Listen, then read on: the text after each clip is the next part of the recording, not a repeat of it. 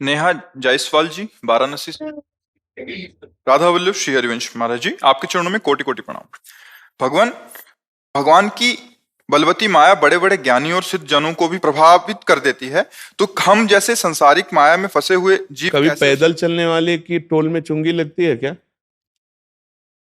है? बड़ी गाड़ियों की लगती है, गाड़ियों की लगती है। भजन करने वाला आदमी जानते हो कैसा होता है? तृणादपि सुनीचेन तरोर्यु सहिष्णुना अमानिना मान देन कीर्तनी यह कभी माया परीक्षा नहीं ले सकते, कभी चुंगी नहीं लग सकती। बड़े बड़ों की लग जाएगी। तुम ज्ञानी हो, दो प्रश्न का उत्तर माया प्रश्न कर रही। लेकिन जो तृणादपि सुनीचेन, जो अपने को तृण से भी नीच समझता है, वृक्ष से भी अधिक सहनशील, भगवान के नाम जापक में सामर्थ्य होती है ऐसी। जो दूसरों को मान देता स्वयं अमानी रहता है, सदैव भगवान का नाम जप करता रहता है, माया कभी उसको परास्त नहीं कर सकते। मामे ये प्रपद्यन्ते माया में ताम तरंते थे। कुछ बनोगे तो प्रश्न हो जाएगा। भगत तो भगत के लक्षण होते हैं, आप प्रश्न माया रख देगी, पार हो। कुछ नहीं, भगवान के चरणों में है।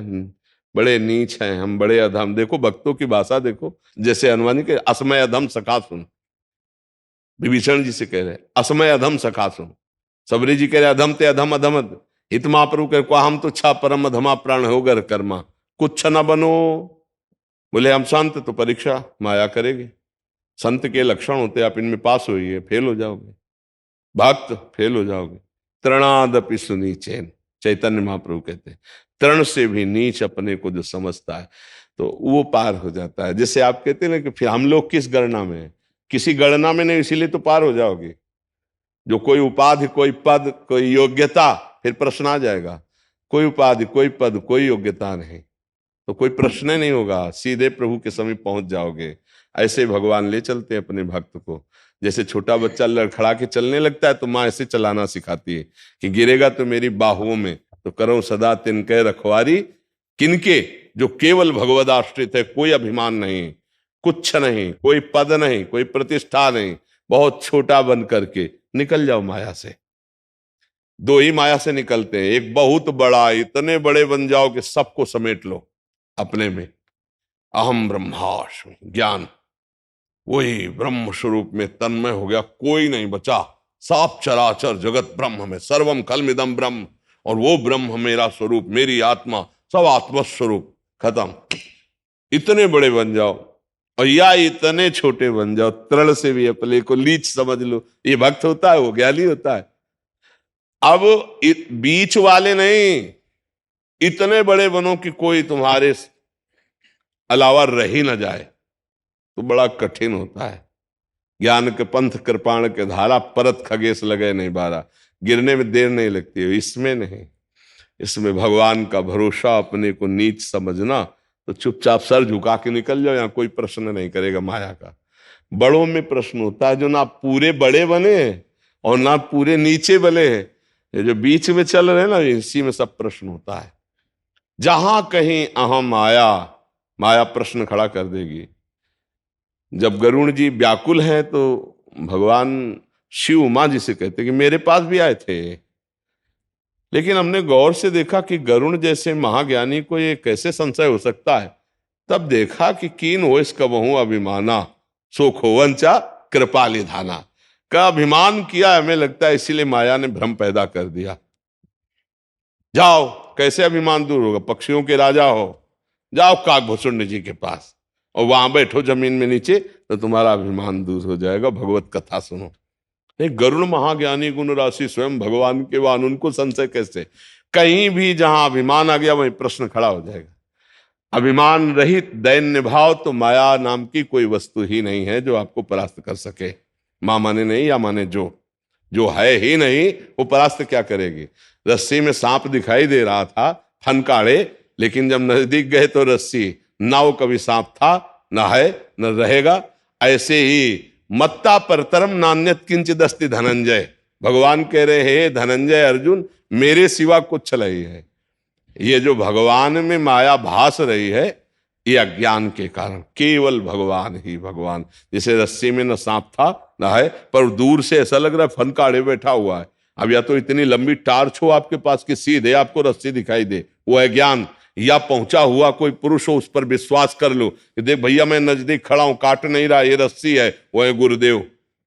गुरुदेव के वचनों पर विश्वास कर लो, माया नाम की कोई वस्तु नहीं, केवल श्री कृष्ण ही श्री कृष्ण है। तो दैन्य हो जाओ और नाम जप करते हुए निकल जाओ। पर यहाँ ऐसा नहीं होता। हम लोग 11 माला 20 माला किए तो अभिमान आ जाता है, नहीं मैं भगत हूं। फिर प्रश्न आ जाता है, लो भगत के लक्षण दिखाओ, तो फेल हो जाते हैं। परीक्षा तब होती है जब हम कुछ बन जाते हैं, भगत बन जाते हैं, भजनानंदी बन जाते हैं, तपस्वी बन जाते हैं, त्यागी बन जाते हैं। तो दिखाओ त्याग, भेजेगी माया प्रश्न, फेल हो जाओगे। क्या करे, सबसे छोटे बन जाओ, कहीं चुंगी नहीं लगेगी। पैदल वाले से कहीं चुंगी नहीं लगती। ले हाँ बिल्कुल, तृणादपि सुनी चेल तरोरी उससे सुनना। उनका प्रश्न उत्तर हो सकता है, आपसे नहीं होगा, क्योंकि आप दैन्य हो, आप भगवान के भजन में हो, और आप कुछ नहीं हो, निकल जाओगे। और जहां कुछ हुए फिर वही प्रश्न आ जाएगा, कुछ भी हुए प्रश्न आ जाएगा। गुरु, तो गुरु की ये योग्यता होती है, प्रश्न आ गया, पास होना मुश्किल है। इसीलिए बड़े बड़े गुरु, उनसे जो वास्तविक हैं, वो ये कहते हैं कि नहीं गुरु तो भगवान है, हम तो उनके केवल सेवक हैं। उनकी बात आपसे बता दी, आपकी बात उनसे बता दी। नहीं, गुरु भगवान है, गुरु गुरुदेव भगवान है। हर गुरु से पूछो, कहेंगे हमारे गुरु वो, हमारे गुरु वो, हमारे गुरु। और सब जगह जब जाकर के अंतिम में पहुंचे तो वंदे कृष्णम जगत गुरु आए ना, वही बस यही बात। कुछ नहीं बनना, कुछ बन गए तो प्रश्न आ जाएगा। कुछ भी बने हो, आप बनने में सबको सुख मिलता है, तो माया प्रश्न कर देगी, तुम हो लो भक्त। देखो एक बड़ा सूक्ष्म विषय तुम्हें बता रहे हैं। राजसूय यज्ञ में यह था कि जब महान भागवत पा लेंगे तो शंख बज जाएगा। सब पाए, ब्रह्मा जी और शंकर जी सब पाए, लेकिन शंख नहीं बजा। तो युधिष्ठिर जी ने भगवान से कहा कि प्रभु, इतने बड़े बड़े भक्त संत महात्मा ब्रह्म ऋषि आए और शंख नहीं बजा। तो उन्होंने कहा हाँ, दैन्य कोई महापुरुष ने नहीं पाया। सब कुछ है, कोई ब्रह्म ऋषि है, कोई भगवान के स्वरूप है, कोई परमेष्ठी पद में है, कोई सब है, लेकिन दैन्य जो कुछ नहीं हो। तो उनका प्रभु ऐसा भक्त कहां मिलेगा? बोले आपके ही नगर में है। बोले प्रभु, हम ऐसा महान भागवत है हम जानते नहीं। बोले नहीं, आपके यहां रोज दोना पत्तल उठाने आता है स्वपच वाल्मीकि। प्रभु वो भजन? बोले हाँ, उनका निमंत्रण करो, अगर वो आके पाले तो शंख बज जाएगा। तो भीम और अर्जुन जी को भेजा निमंत्रण के लिए। वो डलिया झाड़ू दोना पत्तल उठा के जो मिलता उसे, वहां जब घर में गए तो उनके अश्रु चल रहे थे वाल्मीकि, स्वपच वाल्मीकि, और भगवान से निवेदन प्रार्थना कर करके रो रहे थे।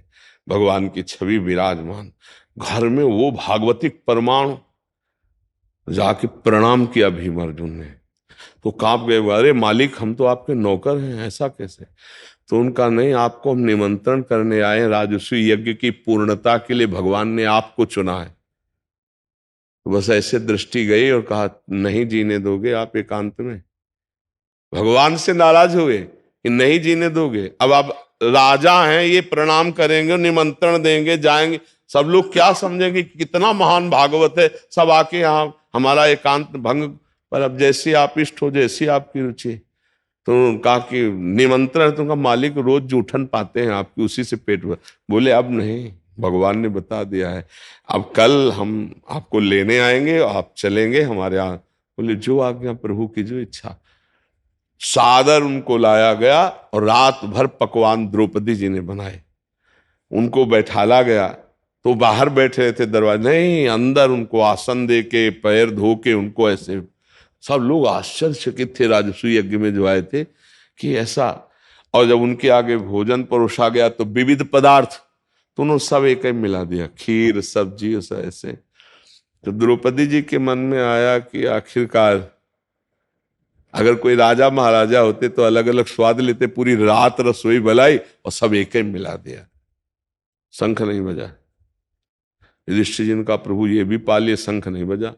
तो बोले इनके प्रति कोई वैष्णव अपराध कर दिया है इसलिए शंख नहीं बजा, आपका कोई निज जन इनके प्रति दोष दर्शन किया। तो द्रौपदी जी ने कहा हाँ प्रभु हमारे मन में आया था, इतनी मेहनत करके रात में अलग अलग बनाया कि भाई ये कलहरी सब्जी, ये अमुक सब्जी, ये अमुक दाल, ये अमुक, और ये खीर और दाल और सब एक ही में मिला दिए। तो हमें लगा कि आखिरकार राजा महाराजा होते तो जानते ना कि उसका स्वाद क्या होता है अलग अलग। तो उनका पूछ लो, इन्हीं भक्त से पूछ लो इन्होंने क्यों मिला दिया। तो उनसे पूछा कि आपने क्यों मिला दिया। बोले हम पदार्थों का स्वाद नहीं लेते, हम तो प्रसाद पाते हैं, पदार्थों का स्वाद तो हमारे प्रभु श्री कृष्ण लेते हैं। अगर हम पदार्थ पाएंगे, उसका स्वाद लेंगे तो हमारी भक्ति क्षीण हो जाएगी। ये भगवान का प्रसाद, इसलिए किसी भी पदार्थ में स्वाद बुद्धि न रह के प्रसाद बुद्धि हो, इसलिए हम सब एक में मिला करके पाते हैं। द्रौपदी जी इसका प्रणाम करो, क्षमा मांगो इनसे। जे ही प्रणाम किया, क्षमा याचना की, तत्काल शंखनाद हो गया। पूरी राजसू यज्ञ की पूर्णता सोपच वाल्मीकि जी के प्रसाद पान। क्यों? क्योंकि अति दैन्य, कुछ नहीं है कहीं भी हृदय में, नहीं कि मैं भगत हूं, मैं कुछ नहीं जिनके हृदय में, वो भगवान उनको सर्व पूज्य बना दिया। तो ये बात समझनी है कि जो कुछ नहीं उसके आगे कोई प्रश्न नहीं होता, जो कुछ बन जाता है उसके आगे प्रश्न हो जाता है। तो आप कुछ नहीं है तो आपके आगे प्रश्न क्यों आएगा? अगर आप बड़े बन जाएंगे कि बड़े बड़े ज्ञानियों को माया, तो वो बड़े बड़ों के आगे प्रश्न आता है। आप बड़े बनोगे तो प्रश्न आ जाएगा, आप कुछ नहीं रहोगे तो आपके आगे प्रश्न नहीं आएगा। किसका प्रश्न है? आप समझ पा रहे हैं? ये सब भक्तों के लिए। इसीलिए जितने बड़े बड़े महापुरुष हुए ऐसे ही रहे, कृपा करो कृपा करो करो, सबके चरणों में झुकना, माया कभी सताए हो जाए कि हम कुछ ज्ञानी विज्ञानी, तो फिर प्रश्न आ जाएगा, फिर परास्त हो जाओगे। माया पर विजय श्री कृष्ण कृपा से प्राप्त होती है, वो कृपा होती दैन्य पर। यही दरबार दीन को आदर, रीति सदा चले आए।